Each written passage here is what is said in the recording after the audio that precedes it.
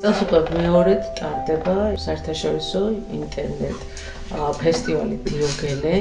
რომელიც მოკლემეტრაჟიანი ფილმების პოპულარიზაციას ვფიქრობ, რომ კიდევ უფრო შეუწყობს ხელს. ქართულ კინოს ძალიან საინტერესო მოკლემეტრაჟიანი ფილმების ისტორია აქვს. ყველაფერი სათავეს იღებს 60-იან წლებში, როდესაც საერთოდ ზოგადად არსებობს ესეთი წარმოდგენა 60-იანი წლების ქართულ კინემატოგრაფზე, როგორც ქართული კინოს ოქროს ხანაზე და სწორედ 60-იანელთა თაობა, რომელიც საკუთარი სათქმელით განსხვავებული ხედვით მოდის კინოში, ძალიან ბევრმა აი ამ ფორმატს, განსხვავებულ ფორმატს, ხომ მოკლემეტრაჟიანი ფილმის ფორმატს მიმართა, იმისათვის რომ თავისი პირველი ნაბიჯები გაეკეთებინა ქართულ კინოში. ესეთი იყო დაუვიწყარი ქვევრი პირანდელოს ნაწარმოების განმოხატული ვერსია, რომელიც რეზო გაბრიაძეს ეკუთვნოდა და სცენარი და ირაკლი კვირიკაძე იყო ამ ფილმის რეჟისორი, ესეთი იყო ფეოლა ბაადურ წულაძის, ესეთი იყო შემდეგ უკვე რა თქმა უნდა სერენა და მიქელა და შენგელაიასი მიხა მერაბ კოკოჩაშვილის და ბევრი სხვა ფილმი, რომელიც შეიძლება ითქვას, რომ მაშინ ძალიან ბევრი რეჟისორისთვის მხოლოდ და მხოლოდ ტრამპლინი იყო სრულმეტრაჟიანი ფილმისათვის. თითქოს აი მცდელობა იყო, მოთელვა იყო ერთგვარი და ეს რეჟისორები, რომლებიც მე ჩამოვთვალე, არც ერთი ამ ფორმატს, მოკლემეტრაჟიანი ფილმების ფორმატს არ შერჩენილან, ხო? მათ გააგრძელეს ძალიან საინტერესო შემოქმედებითი გზა უკვე სრულმეტრაჟიან კინოში. თუმცა თავისი სათქმელი აი ამ პატარა ნოველებში, ამ ძალიან სხარტ და სახალისო ფილმებში, რა თქმა უნდა, მაქსიმალურად გამოხატა. ერთადერთი 60-იანი წლების რეჟისორებიდან, ამ თაობიდან, ოქროს თაობიდან, ვინც მოკლემეტრაჟიან ფორმატს შერჩა და ამ ფორმატში დაიმკვიდრა ადგილი და ამ ფორმატში მიაღწია საერთაშორისო წარმატებასაც და რა თქმა უნდა ადგილიც ქართულ კინემატოგრაფში სწორედ აი ამ ფორმატით დაიმკვიდრა, ეს გახლავთ მიხეილ კობახიძე, რომელიც სწორედ აი მოკლემეტრაჟიან ფილმებთან ასოცირდება ჩვენთვის, იმიტომ რომ მისი სამი ფილმი, ქორწილი, ქოლგა, მუსიკოსები, სწორედ ამ ფორმატში არის გადაღებული და მას ვერც წარმოედგინა თითქოს თხრობა სხვანაირად და სხვა ფორმებით, ხო? მისი საკურსო ნამუშევრებიც სწორედ იმის განცდას იძლეოდა, რომ ეს არის ადამიანი, რომელსაც ძალიან ლაკონურად, ძალიან მოკლედ შეუძლია თავისი სათქმელის გამოხატვა, თუმცა ეს სათქმელი არასოდეს არ არის მოკლე და არასოდეს არ არის ლაკონური. პირიქით,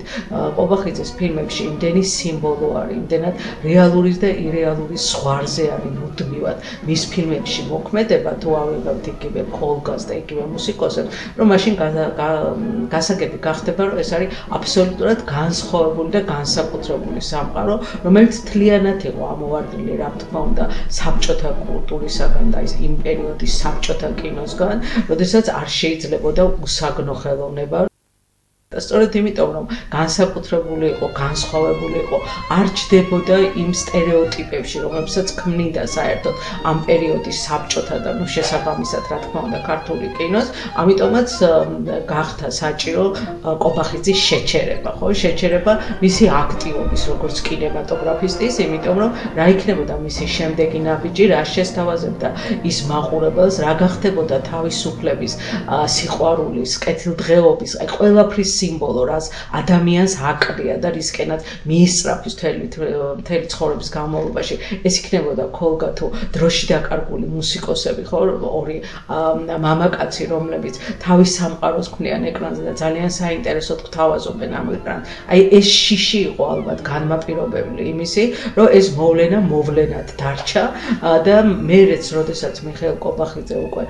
წლების შემდეგ 2000-იან წლებში უკვე 21 საუკუნეში თითქოს ბრუნდება კინემატოგრაფში, ისევ მოკლე ფორმატს მიმართავს, იმიტომ რომ ეს ის ფორმატია, რომელშიც ის ორგანულად გრძნობს თავს და თუ შეიძლება რომ მწერლები იყვნენ რომანისტები, რომლებიც დიდ რომანებს წერენ და შეიძლება იყვნენ მწერლები, რომლებიც ნოველებს და მოთხრობებს ჯერდებიან, ალბათ აი ესე უნდა წარმოვიდგინოთ სწორედ კობახიძის ხაზი ქართულ კინოში. ნიშანდობლივია ის, რომ აი ის რაც 60-იან წლებში იყო ძალიან აქტიურად ქართულ კინოში, იქნებ იქმნებოდა ალმანახები, კინოალმანახები, რომლებშიც შედიოდა ხანდახან 3, ხანდახან 2 მოკლემეტრაჟიანი ფილმი. ესე შეიქმნა ლანა ღობერძის ერთი ცის ქვეშ, სადაც 3 ნოველა არის, ძალიან საინტერესო სხვადასხვა ეპოქაზე გაერთიანებული ქალები საქართველოს სხვადასხვა ეპოქაში ხო გასაბჭოებამდე, გასაბჭოების დროს და შემდეგ უკვე თანამედროვე თბილისი და თანამედროვე საბჭოთა საქართველო, როგორიც არის ბურთი და მოედანი მაგალითისთვის და რა თქმა უნდა ის მსახიობები, რომლებიც აი ამ კომედიებში, პატარა ჩანახატებში თამაშობდნენ, გარკვეულწილად განაპირობებდნენ კიდევაც ფილმის წარმატებას, ისევე როგორც ეს შეიძლება ვთქვათ, ფეოლაზე იგივე სადაც იპოლიტე ხვიჩი არის მთავარი გმირი, ბურთი და მოედანი, სადაც ასევე ისევ იპოლიტე ხვიჩი არის მთავარი გმირი, რაღაცა ვითარდებოდა გმირების გარშემო, რაღაცა ვითარდებოდა ამბების გარშემო. შემდეგ უკვე შეინიშნება უფრო განელება ინტერესის ქართველი რეჟისორებიდან, აი ამ მოკლემეტრაჟიანი ფორმატისკენ და კვლავ ამ ფორმატს უბრუნდებიან უკვე 80-იანთა თაობის წარმომადგენლები, რომლებთაც ერთ-ერთი წარმომადგენლის ფილმმა ლევან ზაქარიაშვილის მამან ობერჰაუზენის საერთაშორისო ფესტივალზე მთავარი პრიზიც მიიღო. ეს ის ფესტივალია, რომელზეც მოხდა მიხეილ კობახიძის აღმოჩენა როგორც რეჟისორის, სადაც ქორწილი დაჯილდოვდა მთავარი პრიზით. ობერჰაუზენის საერთაშორისო ფესტივალი მოგეხსენებათ, ერთ-ერთი ყველაზე პრესტიჟულია მოკლემეტრაჟიანი ფილმების ფორმატის ფილმების ფესტივალებს შორის და ამ ფესტივალზე წარმატება რა თქმა უნდა ძალიან მნიშვნელოვანი იყო. ლევან ზაქარიაშვილის